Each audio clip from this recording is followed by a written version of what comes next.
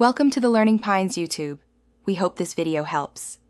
You begin by making sure your iPhone and Apple Watch are updated and nearby. This prevents sync errors. Once done, enable Bluetooth and Wi-Fi and confirm you're signed into iCloud so health data can sync. Open the Watch app and tap Start Pairing. Hold the watch near the phone and align the viewfinder. This creates the secure connection that allows health to receive activity and vitals. Follow on-screen prompts to continue. You're now in the pairing flow.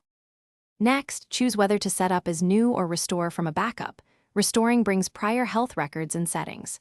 Make sure to grant health app permissions for activity, heart, sleep, and other sensors. This is how data flows into health. Set a watch passcode to secure sensitive metrics, and configure Apple Pay and Siri if you want voice commands or payments from your wrist. Once configured, the phone and watch finalize sync.